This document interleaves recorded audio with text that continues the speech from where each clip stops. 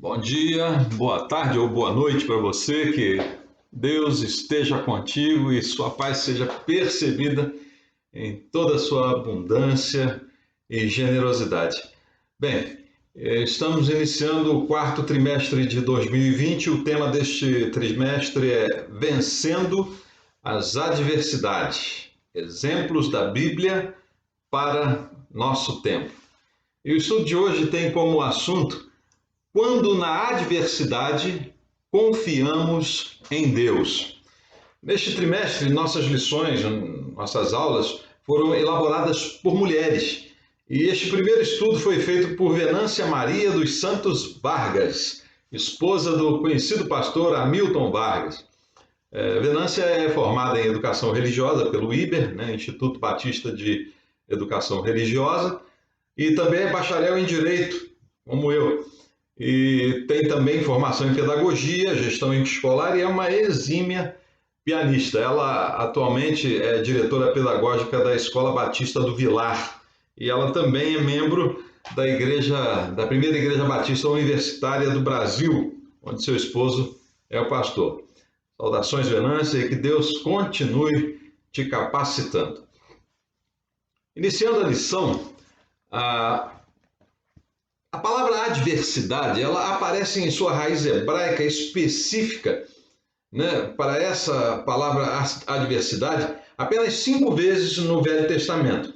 E ela se apresenta exclusivamente nos livros poéticos de Salmos, Provérbios e Eclesiastes, essa palavra adversidade. Na versão Almeida, corrigida e atualizada, ela também aparece nessas 5 vezes. Mas se empregarmos seus diversos sinônimos, seus sentidos, encontramos uma infinidade de citações desses sinônimos na Bíblia. Para o léxico português de Aurélio, adversidade significa contrariedade, infortúnio, qualidade de adverso. E considerando seus semelhantes, temos imprevisto, aborrecimento, impedimento, desgraça. Quem não teve uma dessas coisas? Na verdade, parece que todos aqueles que atingiram a meia-idade já experimentaram todas elas. Essa expressão, ela geralmente aparece no Novo Testamento na forma da palavra grega antikxotita. E no hebraico do Velho Testamento, no caso, é ra'a, que traz o sentido de estragar, arruinar, afligir, quebrar, fazer mal. A raiz da palavra hebraica é ra, que significa ruim ou mal. Do substantivo adversidade encontramos as derivações latinas de adverso, que é aquele que resiste, ou adversário, que é aquele que se opõe. E no estudo desse trimestre estaremos tratando de exemplos bíblicos de personagens que sofreram adversidades e que as venceram. E hoje, um personagem muito especial vem nos ensinar a como vencer nas adversidades. E com seu exemplo, nos fazer refletir nos resultados de quando na adversidade confiamos em Deus. Esse personagem é Abraão. E com sua experiência vivida, poderemos extrair pelo menos 3 ensinamentos. E para isso nós vamos abrir as nossas Bíblias no livro de Gênesis, capítulo 22, e leremos os versos de 1 a 19. Mas eu vou dividir essa leitura em pelo menos uns 4 blocos de versículos que iremos estudando passo a passo. Faremos algumas paradas para algumas reflexões e esclarecimentos. Vamos ler? E aconteceu depois destas coisas que provou Deus a Abraão e disse-lhe: Abraão. E ele disse: Eis-me aqui. Vamos dar uma paradinha. Aqui nesse primeiro versículo, algumas traduções trazem a palavra tentou no lugar de provou. É a mesma palavra. A palavra grega ou hebraica para isso é nakar e pode significar tentação. No entanto, tentação tem o sentido de sedução para o mal. E como vemos em Tiago 1, lá no verso 13, que diz o seguinte: ninguém sendo tentado diga de Deus sou tentado, porque Deus não pode ser tentado pelo mal, e a ninguém tenta. Pode ver isso lá em Tiago 1,13. Sua melhor transliteração conduz a um outro significado, o significado de provação, como está nesse modelo que li. Nisso, verificamos que Deus fez prova da fé de Abraão, e Abraão respondeu: eis-me aqui. Uma parada para refletirmos sobre esse verso é muito importante. Ele inaugura a sua sessão com a frase: e aconteceu depois dessas coisas. E tal frase nos quer situar em um contexto. E esse contexto é o contexto imediato das coisas que aconteceram com Abraão. Mas não somente, ele também engloba o contexto histórico da narrativa de todo o livro de Gênesis até aquele momento.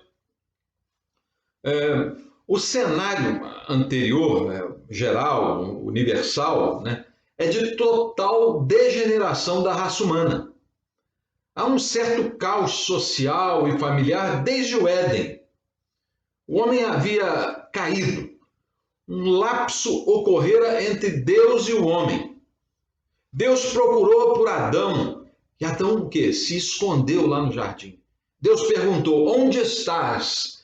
E o primeiro homem respondeu: ouvi a sua voz soar no jardim e temi, porque estava nu e escondi-me. Abraão simplesmente disse: eis-me aqui. O que, em outras palavras, pode significar aqui estou, num sentido de disponibilidade, de prontidão, como um soldado pronto a receber uma ordem, imediatamente se prontificar a cumpri-la, executar aquela ordem, missão dada, missão cumprida. O cenário geral da história da humanidade é aqui alterado, exatamente nessa declaração. É um marco de uma nova possibilidade do homem se ligar a Deus. Outros tinham experimentado ouvir e obedecer, como Enoque, como Noé. E a declaração que podemos ouvir deles é a mesma de Abraão: eis-me aqui. Essa prontidão levou Enoque aos céus. Noé foi levado a continuar a espécie humana. Mas em Abraão é outra coisa. É inaugurar uma geração diferente, um povo escolhido, um modelo de nova sociedade, um confronto entre a sociedade pervertida e degradada, onde homens como Caim matavam seus semelhantes, onde homens como Lameque colecionavam esposas, onde os filhos de Deus se acasalavam com as filhas dos homens, onde a violência imperava, onde os homens como Nimrod quiseram chegar por suas próprias forças aos céus, construindo uma torre, onde homens como Faraó e Abimeleque tomavam mulheres de seus maridos à força, para fazer um harém, matavam seus maridos, onde a força e o poder das armas dominava os mais fracos, onde a perversão era tida como natural, como em Sodoma e Gomorra. Isso mesmo, é um confronto com toda a cultura vigente, uma contracultura baseada nos padrões éticos de Deus, tanto sua justiça quanto seu amor, um modelo patriarcal de família, um protótipo do desejo de sua relação com os homens, e isso poderemos observar melhor no decorrer de todo esse maravilhoso texto. E continuando, o verso 2 diz: e disse: toma agora teu filho, o teu único filho, Isaque, a quem amas, e vai-te à terra de Mória, e oferece-o ali em holocausto sobre uma das montanhas que eu te direi. Me bastava esse segundo versículo para extrair uma mensagem de todo o escopo bíblico. Mas vamos nos deter em cada pedacinho desse texto, desse maravilhoso texto. Toma teu filho a quem amas. Isaque prefigura Cristo.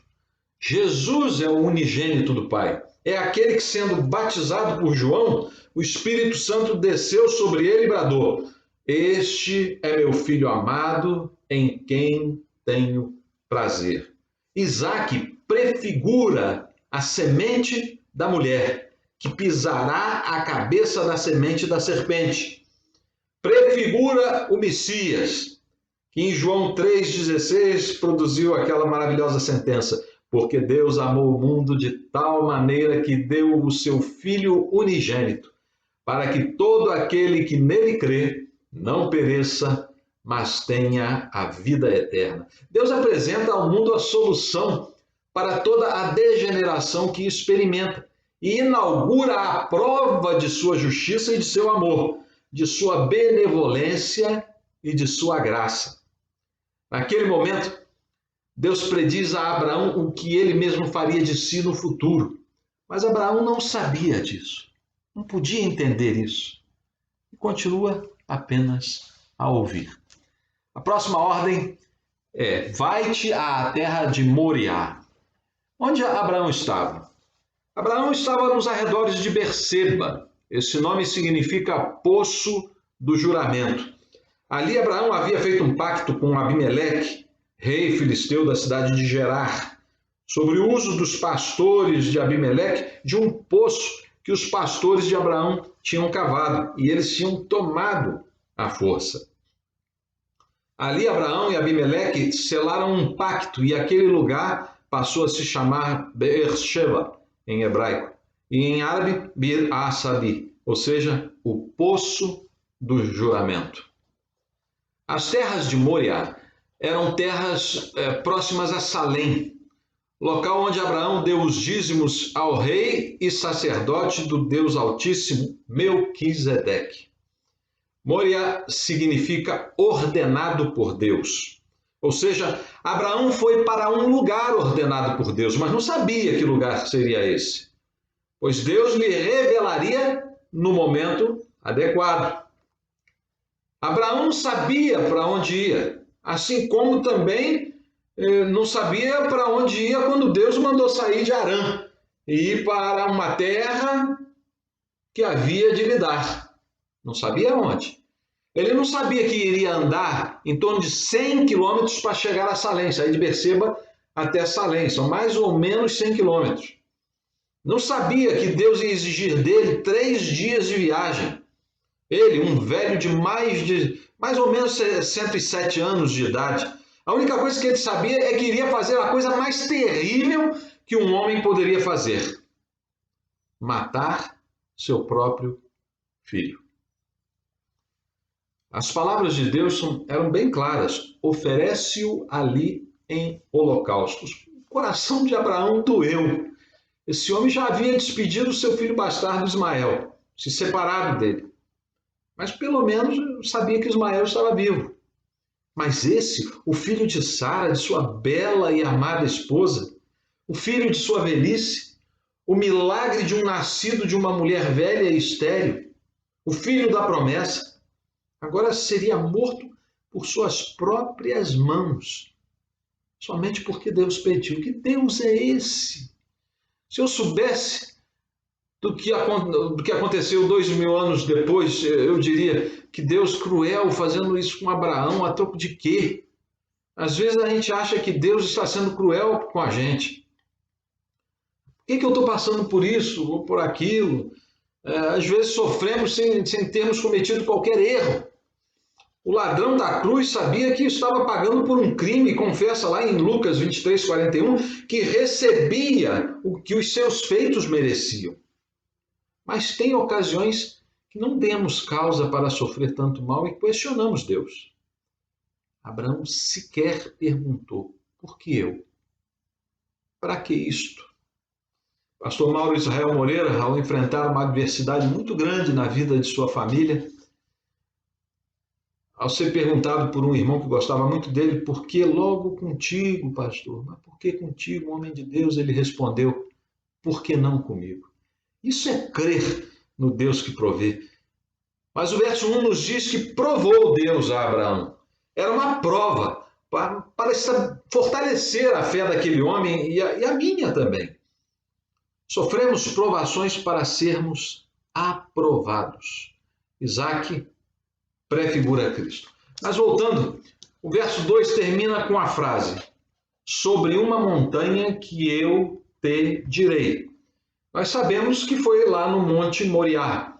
O Monte Moriá é o local onde Deus, Yahvé, estava quando ocorreu o sacrifício de Isaque. Também é o local onde Salomão construiu a casa do Senhor em Jerusalém, o templo.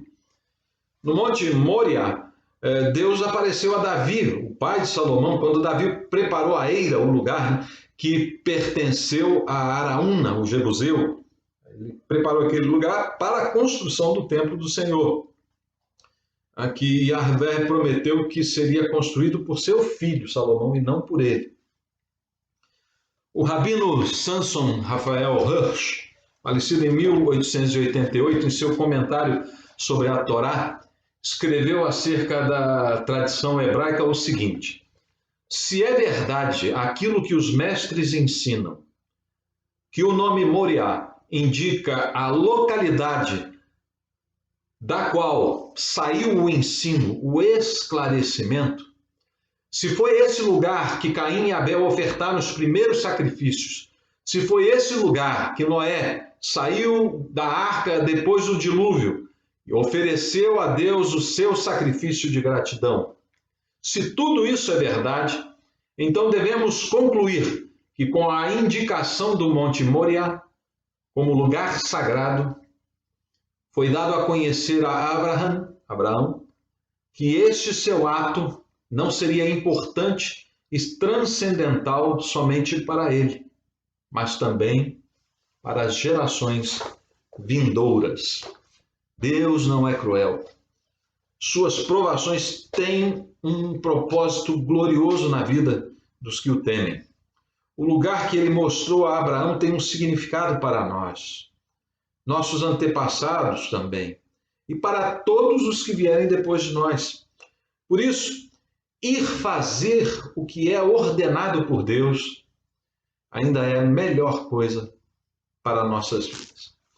Seguindo, o verso 3 diz: então se levantou Abraão pela madrugada e albardou o seu jumento e tomou consigo 2 moços e Isaque, seu filho, e cortou a lenha para o holocausto e foi ao lugar que Deus lhe dissera. O texto continua nos levando a Cristo. Abraão madrugou e a Bíblia diz, não diz que ele acordou, diz que ele levantou. Eu acredito que ele nem dormiu aquela noite. Era tanta agonia que duvido que ele tivesse dormido. Se ele tivesse cochilado, perdia a hora. Mas a Bíblia diz que ele levantou. Acordar cedo, para muitos, é a coisa mais difícil do mundo. Coisa boa é dormir, e dormir bem, coisa boa. Às vezes eu perco o sono de madrugada e volto a dormir perto do raiar do dia. Isso me atrapalha, pois tenho que levantar logo em seguida. Teve uma época que eu até usei um remedinho de tarja vermelha para dormir, que eu queria sempre lembrar o nome para poder comprar de novo. Ah, que coisa boa, que remedinho bom, dormir à toa. Tem pessoas que têm que tomar a tarja preta. Por quê? Porque dormir é muito bom. Mas não tinha Rivotril na época de Abraão. Aquela deve ter sido a noite mais difícil de sua vida.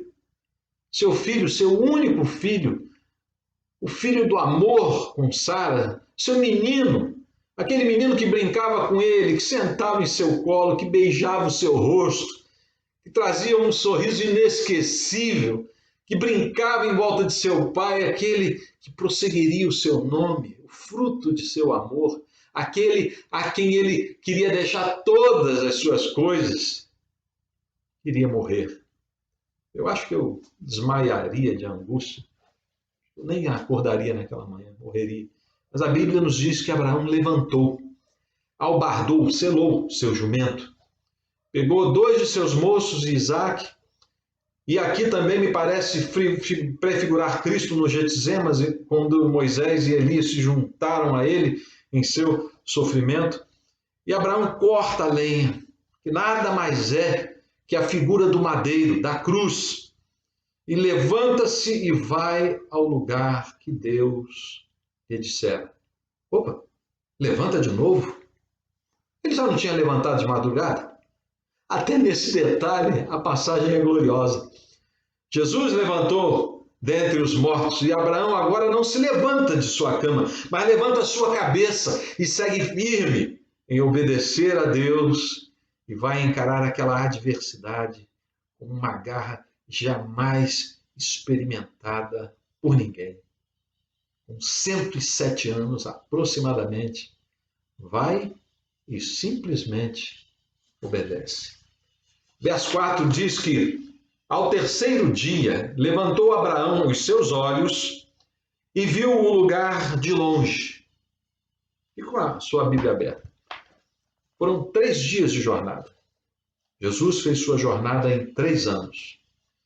Durante essa jornada, imagino que Abraão foi lembrando e contando a seus moços e a Isaque tudo o que já sofreu por amor a Deus. Saiu da terra de Harã, uma terra verde, de muitos pastos e água, e veio para aquelas terras áridas da Palestina, porque Deus mandou. Teve que ir ao Egito por causa da fome, e lá temeu que Faraó o matasse por causa da beleza de Sara.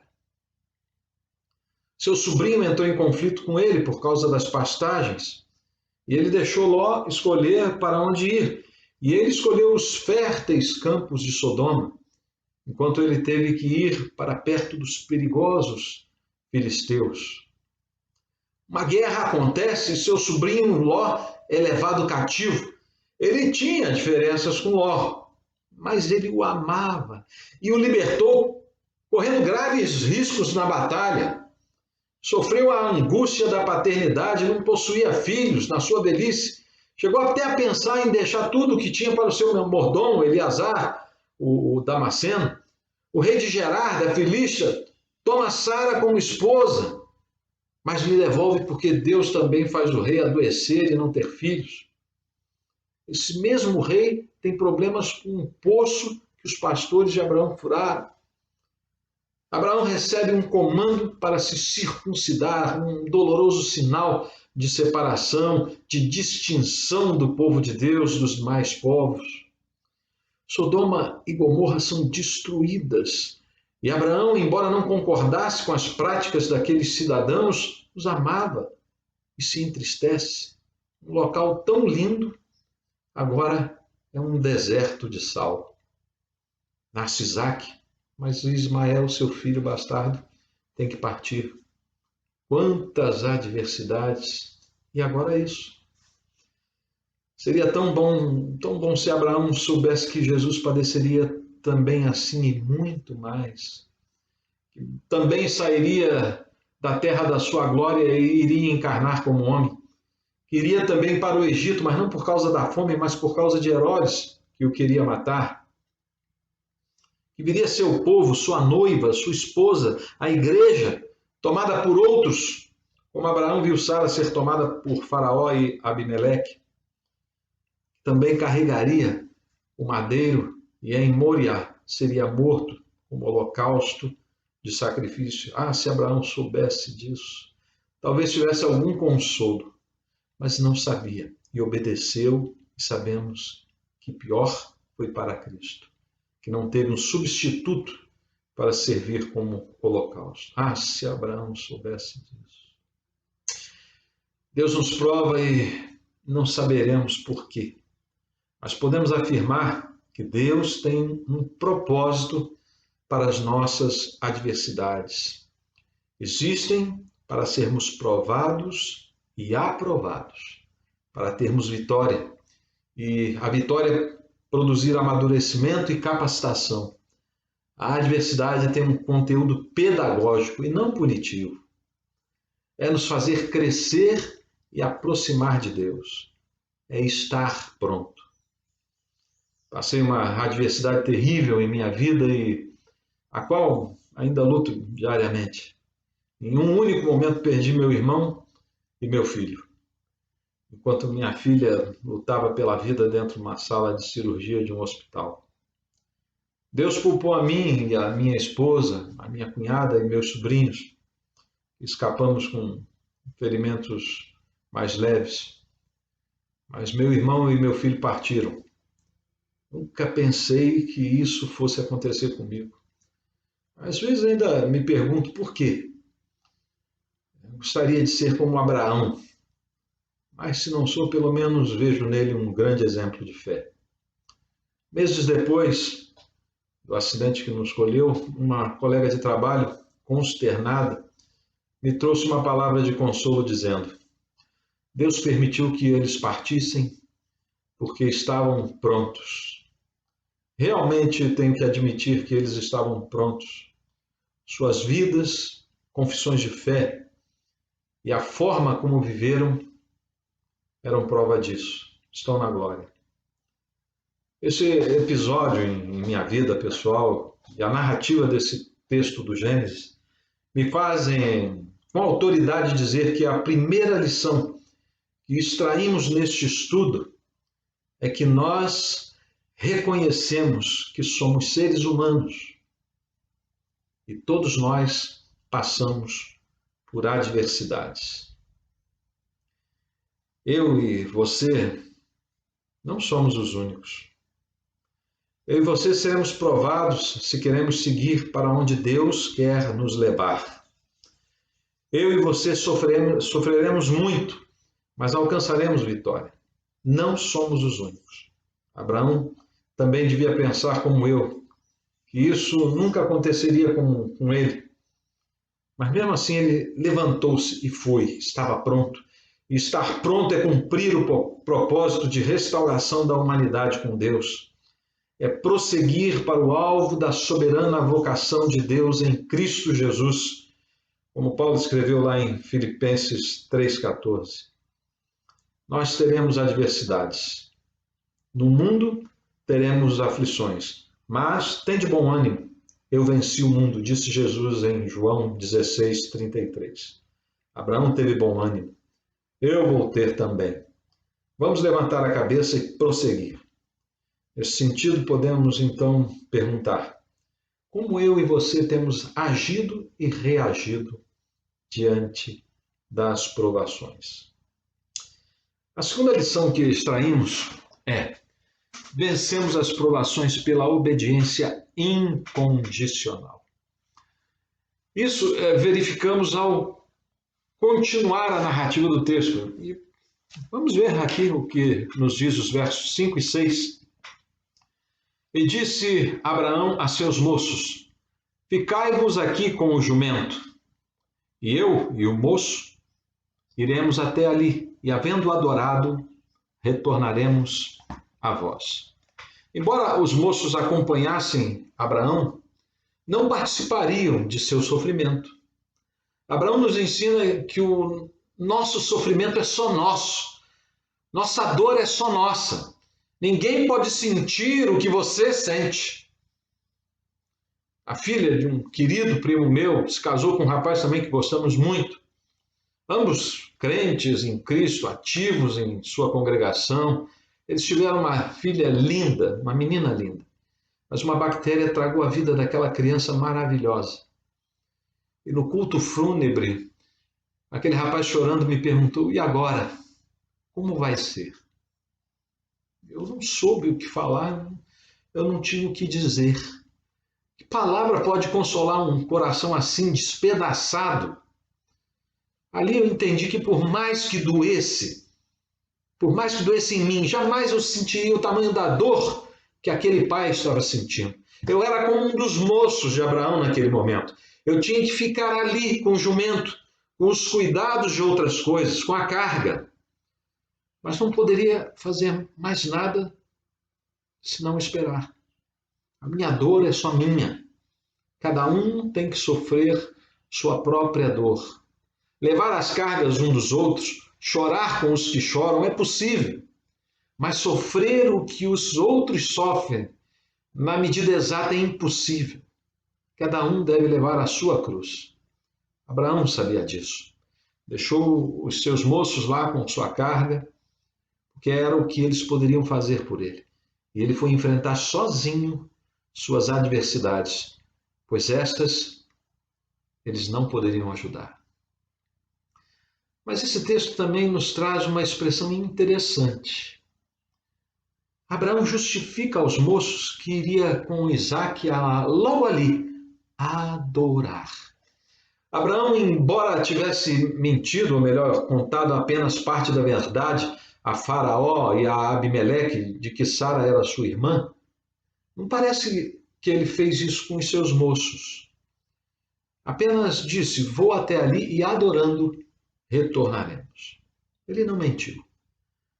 A certeza expressa nessa frase nos leva a crer que, primeiramente, Abraão tinha certeza de que seu ato era um ato de adoração. Sacrifícios eram oferecidos como um ato de adoração.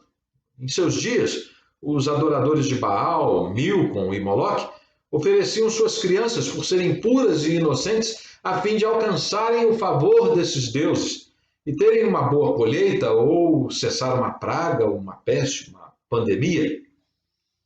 Abraão achava que Deus requerera dele Isaque, seu filho, como uma prova de que também podia ser adorado com a mesma fidelidade que os pagãos de seu tempo.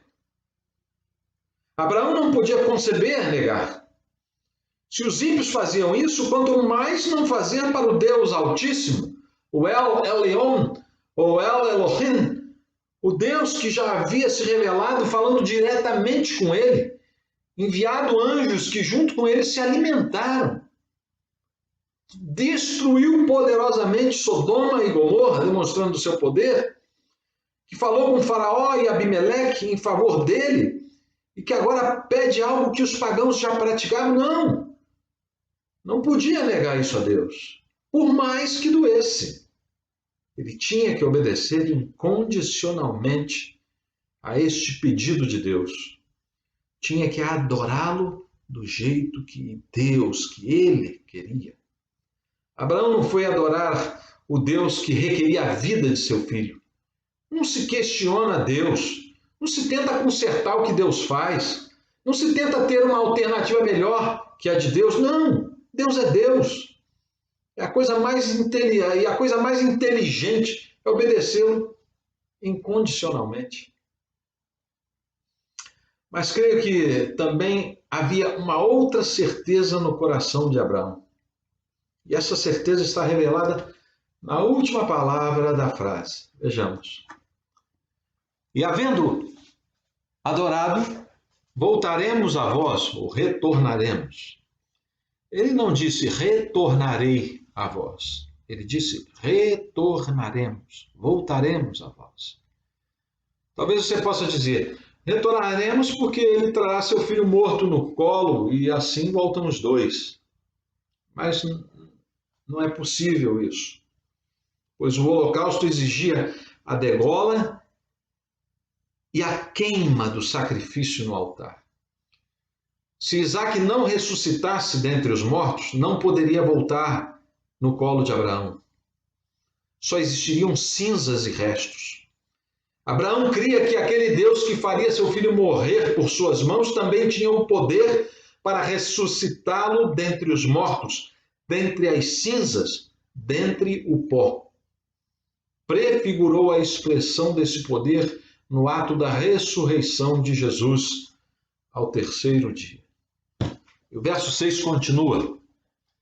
E tomou Abraão a lenha do holocausto e pô-la sobre Isaque seu filho. E ele tomou o fogo e o cutelo na sua mão, e ambos foram juntos. Meus queridos, a lenha, a madeira do holocausto foi colocada sobre Isaque. O que isso lembra a vocês? Foi Cristo que carregou o madeiro à cruz. Não era leve. Para queimar um holocausto era necessário um grande feixe de lenha. Quem faz churrasco sabe que usa carvão, mas se usar lenha vai precisar de muita. E o menino não era pequeno, não era um bebê, pois já podia carregar o tal feixe. Embora pesado, um feixe de lenha capaz de queimar um cordeiro inteiro tem que ser razoavelmente grande. Isaque sentiu o peso da cruz. Abraão presenciou aquele esforço. Jesus também foi assistido por Deus e quando morreu houve trevas. um terremoto e o véu do templo se rasgou em dois. Era a dor do coração de Deus observando o sofrimento de seu único e amado filho. O texto ainda nos diz que Abraão tomou o fogo e o cutelo. O fogo na Bíblia está ligado ao juízo. Ali Deus manifesta que é justo e que requer a retribuição devida. Ele requer obediência. Manifesta seu atributo de justiça, cujas leis do universo demonstram na criação a necessidade de obediência dessas leis. Existem leis como a lei da gravidade, que nos dizem que se algo for jogado para cima, em certo momento descerá. Leis como a da rotação da Terra, que estabelecem as estações do ano. Leis como a da translação da Terra, que estabelecem a duração do dia e da noite. As leis como a lei da atração gravitacional, que faz a Lua comandar as marés. Tem as leis de linearidade do tempo, que impedem você de voltar ao passado ou ir com o seu corpo ao futuro. Leis que, se desobedecidas, criam um caos no universo e ele simplesmente se destrói. As leis da natureza, quando desobedecidas, geram destruição. Não são como as leis criadas pelos homens, que alguns dizem até que as leis foram criadas para serem desobedecidas. Não.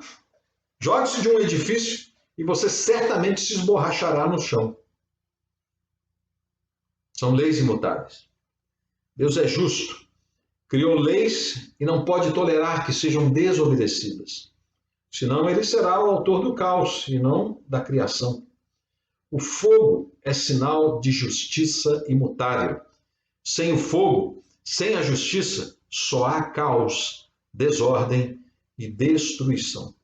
Isso para muitos é difícil de entender, de compreender. Acham Deus cruel por agir assim. Mas Deus, que criou as leis do universo, não pode permitir que sejam quebradas pela própria criatura. E nos prova sua justiça queimando o holocausto no altar, demonstrando que a justiça não poupa o desobediente, e a desobediência entrou no mundo pela queda do primeiro homem, Adão. E o perdão vem pelo último homem, Jesus. O fogo representa a justiça de Deus. E como está escrito em Hebreus, nosso Deus é um fogo consumidor. A outra figura apresentada aqui nesse texto é a do cutelo. O cutelo é uma espada pequena, encurvada, utilizada para imolar o cordeiro no altar do sacrifício. Os zelotes ou zelotas, uma seita judaica que nos tempos de Jesus fazia oposição ao Império Romano, usavam um cutelo na cintura, mais ao lado direito, como arma de defesa. Eles queriam a liberdade do jugo romano pela força, e quando podiam, matavam um soldado romano. Estavam inconformados com as práticas de arranjos políticos entre os reis e sacerdotes judeus, e esses junto ao Império Romano, que era explicitamente fruto de esquemas de corrupção e manutenção de teias de poder que interessavam somente aos líderes políticos e religiosos daquela época. Ainda bem que não acontece isso hoje, né? E se acontece, não é aqui no Brasil, não é verdade? Aqui não tem nada disso. Mas para muitos teólogos, o cutelo significa a palavra de Deus. E isso é muito coerente, sobretudo se verificarmos o que está escrito também em Hebreus 4:12. Vamos ler? Porque a palavra de Deus é viva e eficaz, e mais penetrante do que espada alguma de dois gumes, e penetra até a divisão da alma e do espírito, e das juntas e medulas, e é apta para discernir os pensamentos e intenções do coração. Nesta perspectiva, Abraão levava a justiça e a palavra de Deus para o altar. O fogo da justiça e o cutelo da palavra. Jesus cumpriu toda a justiça, sendo substituto de todos os homens na pena imposta por sua desobediência a Deus. E ele próprio cumpre a palavra da profecia. E ele é a própria palavra, o Logos, o Verbo, remindo o mundo segundo a palavra da profecia e cumprindo os requisitos de justiça estabelecidos por Deus. Por isso, ele pode e vai salvar a humanidade. Por isso ele cumpre tudo em todos. Por isso ele preenche os requisitos de justiça e produz meios de regeneração da criação. Por isso ele é o Salvador e é o Senhor. E por isso poderemos chegar à salvação de nossas almas e a criação ser refeita, renovada, restituída aos plenos propósitos de Deus. Assim é que se dá em relação às adversidades, às provações. Reconhecendo que todos nós passaremos por adversidades, poderemos vencê-las pela obediência incondicional, na maneira de Abraão, sem porquês e paraquês.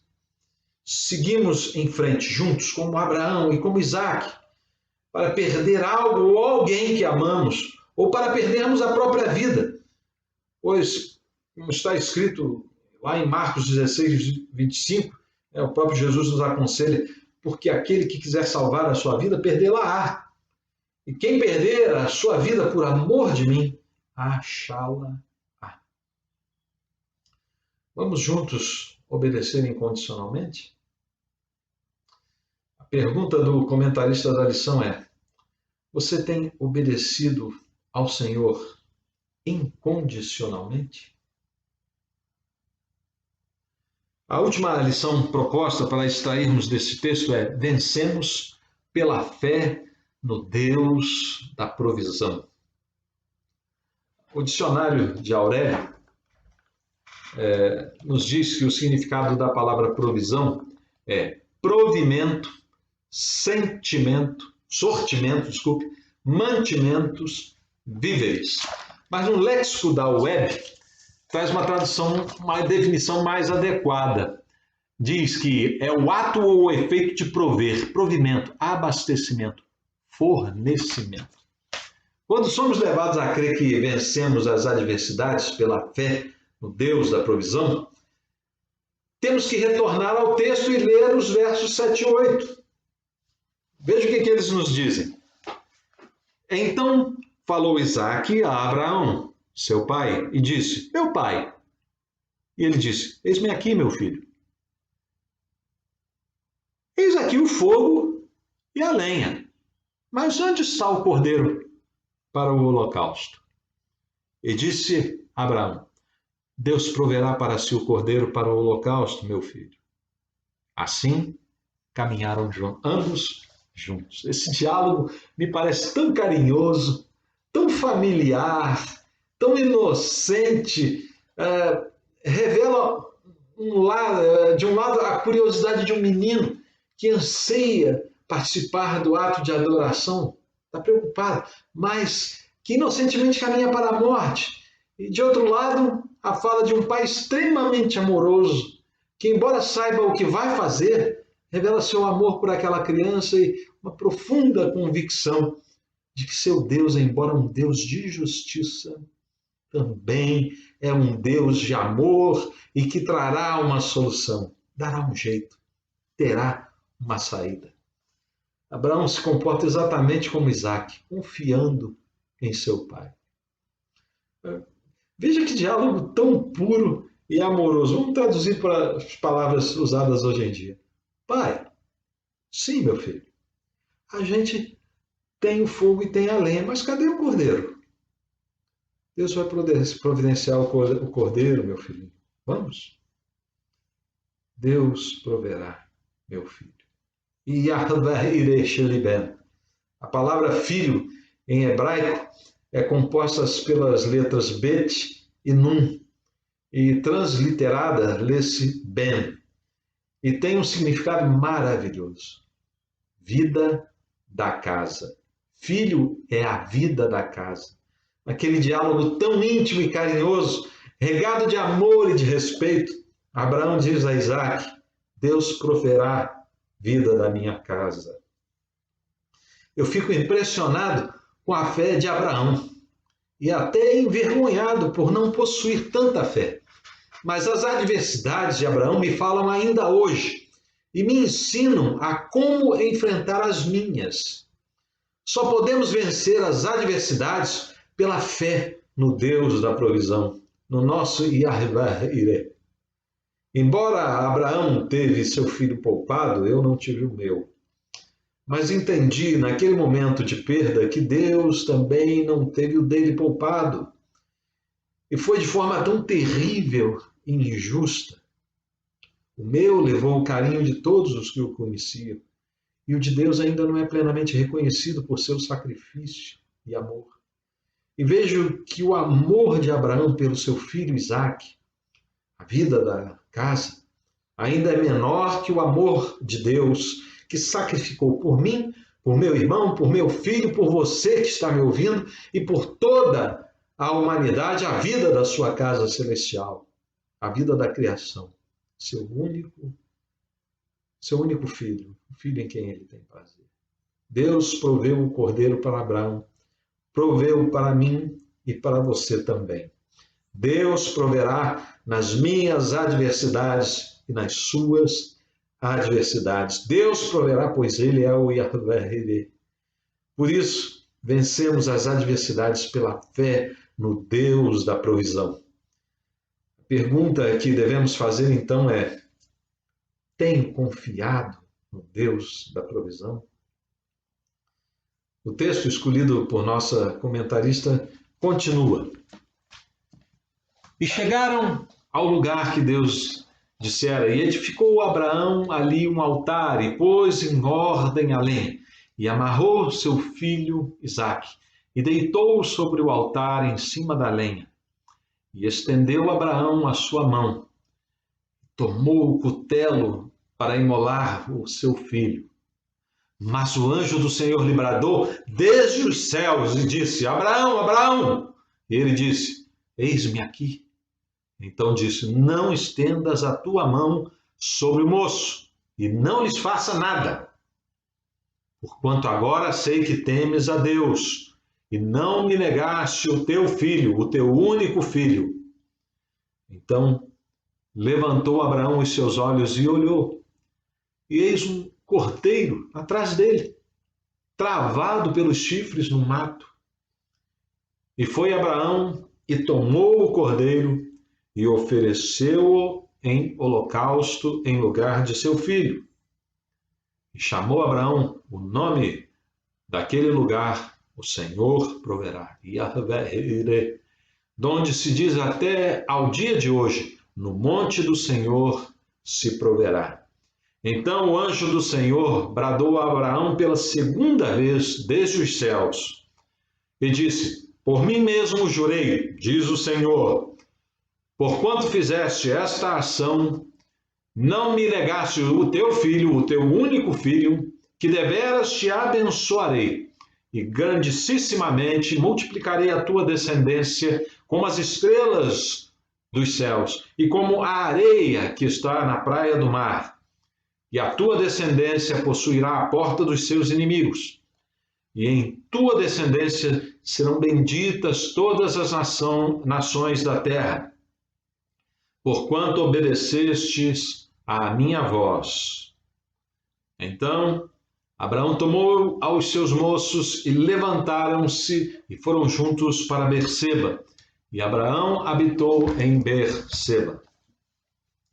As provações e as adversidades têm o poder de se tornar bênção em nossas vidas. Por mais duras que sejam, têm o poder de se transformar em vida da casa. Se olharmos para as provas com vistas à aprovação. Se exercitarmos a obediência e confiarmos no Deus que provê.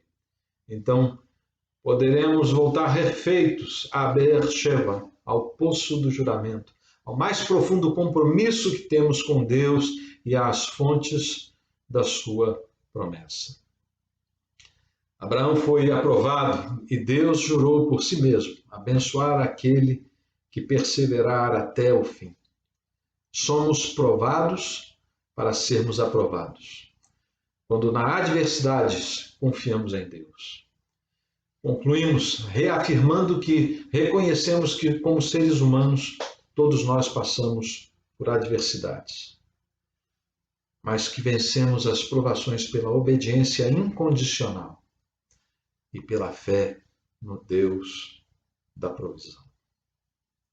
Shalom.